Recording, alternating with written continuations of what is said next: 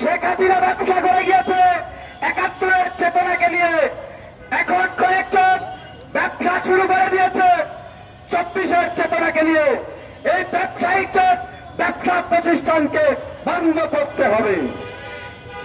আন্দোলন শুধু তারা করে, আমি নাম মেনশন করতে চাই না। আন্দোলন করেছিল বিএনপি, জামাত, চরমনাই, হেফাজত, জামাত, গণ অধিকার পরিষদ সহ। এইখানে আমাদের একজন শ্রমিক নেতা উপস্থিত আছে। ২৮ অক্টোবর পল্টন ময়দানে গুলিবিদ্ধ হয়ে তার একটি চক্ষু শহীদ হয়েছিল। সাভারে আমার নিজের গাড়িতে আগুন জ্বালিয়ে পুড়ে দেওয়ার কারণে যুব দলের, ছাত্র দলের নেতাকর্মীদের সাথে এক মামলার আসামি আমি নিজেও। সেই মামলার আসামি আমি কিভাবে কারাগারে নিয়ে আমাকে টর্চার করা হয়েছিল, সেই ভয়ঙ্কর রাতের কথা এখনো মাঝে মাঝে স্বপ্নে দেখি আমি।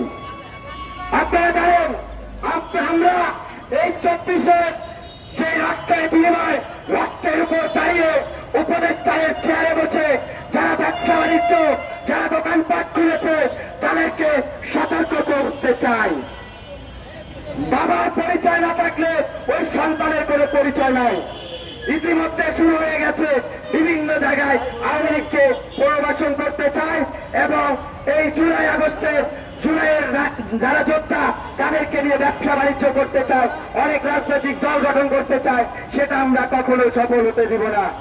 যারা এই ২৪-এর যোদ্ধাদেরকে নিয়ে এই দেশে যারা ব্যবসা প্রতিষ্ঠান খুলতে চায় তাদের ব্যবসা তো দূরের কথা, শেখ হাসিনার মতো পালিয়েও যেতে পারবে না।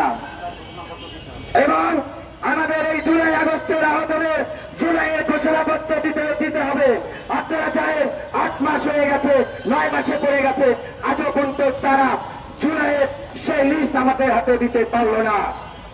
আপনারা জানেন একটি বই লেখা হয়েছে, সেই বইয়ে আমার জুলাইয়ের যোদ্ধাদের অনেকের নাম নাই। দুজন ব্যক্তি বসে কোন বই রচনা করতে পারে না। আপনি যদি জুলাইয়ের চেতনার বই রচনা করতে হন, সমস্ত দলের ভূমিকা থাকতে হবে, সমস্ত যোদ্ধাদের ভূমিকা থাকতে হবে। দেশটা কারো বাপ দাদার না, দেশটা গণমানুষের, গণতান্ত্রিক দেশ। এই দেশে আপনারা ২-৪ জন বসে নিজের ইচ্ছাকৃত ভাবে কোন সিদ্ধান্ত আপনারা নিতে পারেন না। আপনারা জানেন এই অভ্যুত্থানে আশুলিয়া সাভারে আন্তরিক আমার খুব কষ্ট লাগছে আজকে তাদেরকে দেখে। গাজীপুরে মেয়র জাহাঙ্গীর সহ, ডিবি প্রধান, ডিবি হারুন সহ, বেননির সহ যাদের সাথে লবিং করে সুপারিশি করে যারা গাজীপুরে গণহত্যায় জড়িত ছিল, তারা এখনো বাংলাদেশে কিভাবে বুক ফুলিয়ে চলাফেরা করে এবং তারা ব্যবসা বাণিজ্য করছে, সমস্ত কিছু চালিয়ে যাচ্ছে, আওয়ামী লীগের সাংগঠনিক কার্যক্রম চালিয়ে যাচ্ছে। আমি এটা তীব্র নিন্দা ও প্রতিবাদ চাই। আজকে পুলিশ কমিশনার সহ আপনার বিভিন্ন আইন উপদেষ্টা সহ আমি বলতে চাই, আপনারা যদি ২৪-এর আগের চেতনাকে ভুলে যান তাহলে আমি বলবো আপনি জাতির সাথে বেইমানি করছেন।